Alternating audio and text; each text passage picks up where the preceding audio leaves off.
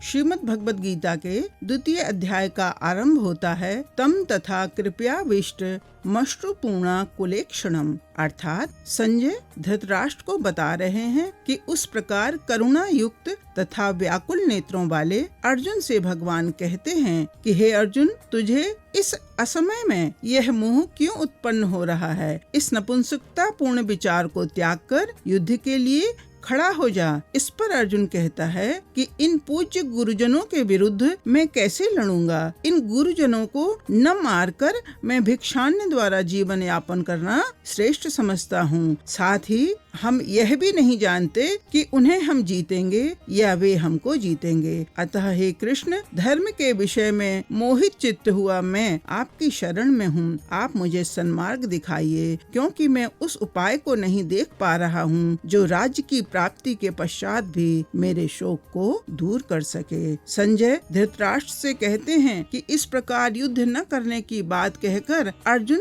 चुप हो गया। तब हंसते हुए कृष्ण अर्जुन से कहते हैं कि तुम अशोचनीय मनुष्यों के लिए शोक कर रहे हो, जबकि ज्ञानी पुरुष तो इन देहधारियों के लिए शोक नहीं करते, क्योंकि मैं, तुम और ये महारथी राजागण देह धारण से पूर्व भी नहीं थे और आगे भी नहीं रहेंगे, क्योंकि जिस प्रकार मानव देह में क्रमशः कुमारावस्था, युवावस्था और वृद्धावस्था होती है, उसी प्रकार सभी को अन्य शरीर की प्राप्ति होती है। अतः इन गुरुजनों और स्वजनों के लिए तुम्हारा शोक उचित नहीं है।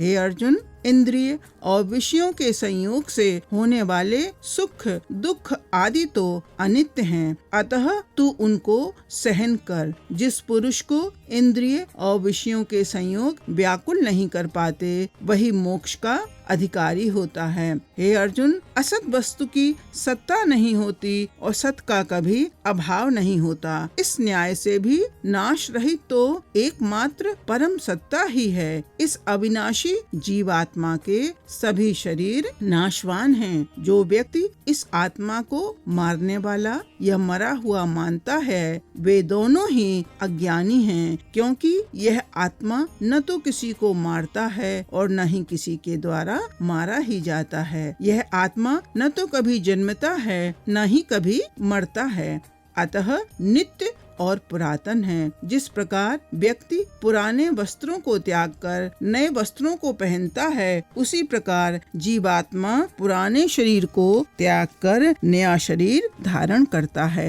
हे अर्जुन, आत्मा को शस्त्रों से काटा नहीं जा सकता, अग्नि इसे जला नहीं सकती और वायु इसे सुखा नहीं सकती, क्योंकि यह आत्मा तो अदाह्य, अशोष्य, सर्वव्यापी और अचल है। आत्मा की इस विलक्षणता को जानकर तुझे शोक नहीं करना चाहिए। पुनः भगवान अर्जुन के मन की शंका को समझते हुए कहते हैं कि हे अर्जुन, यदि तुम इस आत्मा को सदा जन्मने और मरने वाला भी समझो, तो भी इसके लिए शोक उचित नहीं है, क्योंकि जातस्य ही ध्रुवो मृत्यु, अर्थात जन्मे हुए व्यक्ति की मृत्यु निश्चित है और मरे हुए का जन्म भी निश्चित है। सम्मुख प्रतिपक्ष में खड़े पितामह भीष्म, द्रोणाचार्य आदि के शरीर भी विनाशशील हैं। युद्ध स्थल में मृत्यु को प्राप्त होने पर वे पुनः जन्म धारण करेंगे। वस्तुतः संपूर्ण भूत प्राणी जन्म से पूर्व अप्रकट अवस्था अर्थात अव्यक्तावस्था में ही रहते हैं और मृत्यु के पश्चात भी सब अप्रकट हो जाएंगे। मात्र देह धारण काल में ही वे देह रूप में विविध नाम और रूपों से जाने जाते हैं। हे अर्जुन, यह आत्मा इतना विलक्षण है कि कोई महापुरुष इसको आश्चर्य की भांति देखता है तो कोई आश्चर्य की भांति सुनता है, पर वह देख और सुनकर भी इसको जान नहीं पाता। इस सभी देहधारियों को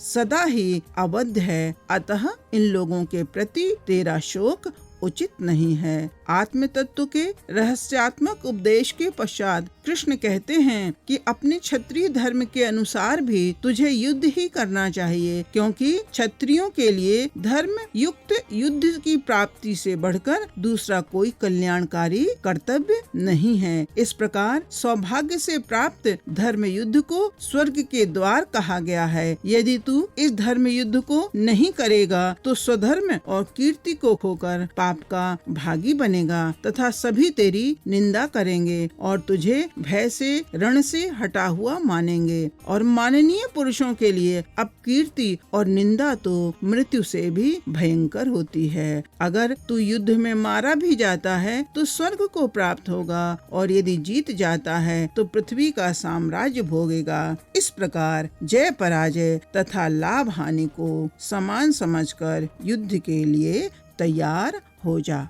दूसरे अध्याय के 39वें श्लोक से कृष्ण ने अर्जुन को कर्मयोग का उपदेश दिया है, जिसके अनुपालन से सभी कर्मों के बंधन समाप्त होते हैं। इस कर्मयोग में निश्चयात्मक बुद्धि एक ही होती है, पर जो लोग वेदवाद में रत हैं तथा स्वर्ग को ही परम लक्ष्य मानते हैं तथा विविध भोगों की प्राप्ति के लिए ही कर्म कांड में लगे रहते हैं, ऐसे सकामी अविवेकी जनों की परमात्मा में निश्चयात्मिका बुद्धि नहीं होती। हे अर्जुन, वेद तो त्रैगुण्य विषयक हैं, अतः तू उन भोगों में आसक्तिहीन होकर एकमात्र परमात्मा में स्थित हो। ब्रह्मज्ञ ब्राह्मण का वेदों में उतना ही प्रयोजन रहता है जितना कि प्रयोजन परिपूर्ण जलाशय की प्राप्ति पर छोटे जलाशयों में व्यक्ति का रह जाता है। अतएव मात्र कर्तव्य कर्मों के निष्पादन में ही तुम्हारा अधिकार हो, उसके फल में नहीं। कर्म फल की आसक्ति को त्याग कर सिद्धि असिद्धि में समबुद्धि वाला होकर कर्तव्य कर्मों को करना योग कहलाता है। समत्वम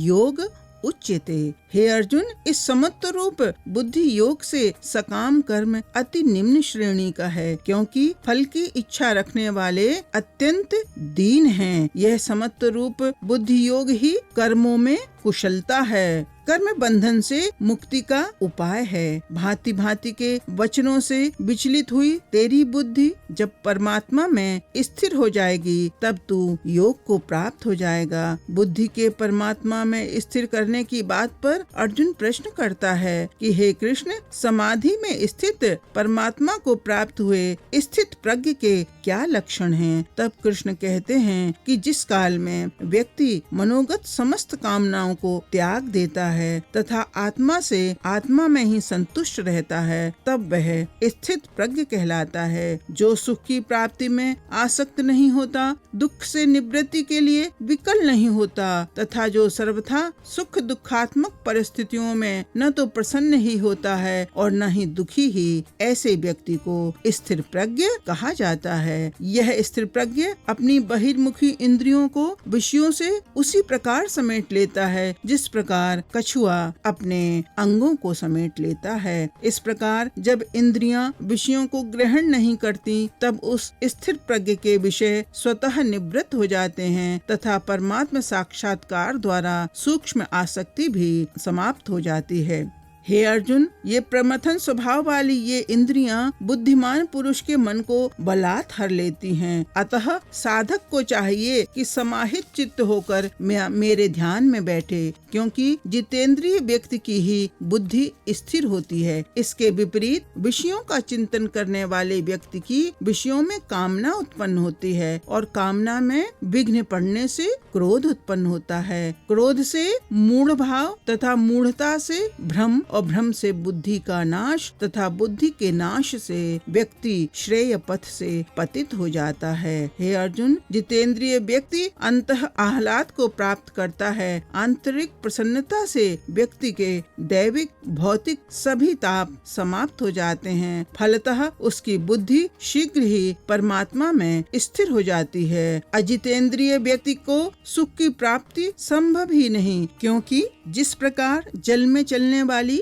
नौका को वायु हर लेती है, उसी प्रकार विषयी पुरुष की बुद्धि को इंद्रिय हर लेती है। निष्कर्षतः जिस पुरुष की इंद्रियां अपने वश में हैं, उसी की बुद्धि स्थिर है। संपूर्ण भूत प्राणियों के लिए जो रात्रि के समान है, उसमें स्थिर प्रज्ञ योगी जागता है, और जिन सांसारिक सुखों की प्राप्ति में समस्त प्राणी जागते हैं, वह कालावधि योगियों के लिए रात्रि के समान है। हे अर्जुन, उस स्थिर बुद्धि पुरुष के सांसारिक सुख भोग उसे विचलित नहीं कर पाते। ऐसा स्थिर प्रज्ञ ही आत्यंतिक शांति को प्राप्त होता है। इस प्रकार समस्त कामनाओं को त्याग कर जो निष्प्रह भाव से संसार में रहता है, वही परम शांति को प्राप्त होता है। शांत चित्त योगी पुरुष की यही अवस्था ब्राह्मी अवस्था कहलाती है। ऐसा स्थिर प्रज्ञ योगी कभी भी मोहित नहीं होता और अंत काल में ब्रह्मानंद को प्राप्त होता है। इति श्रीमद् भगवद गीता उपनिषत्सु ब्रह्म विद्यायां योग शास्त्रे श्री कृष्णार्जुन संवादे सांख्य योगो नाम द्वितीयो अध्यायः। धन्यवाद।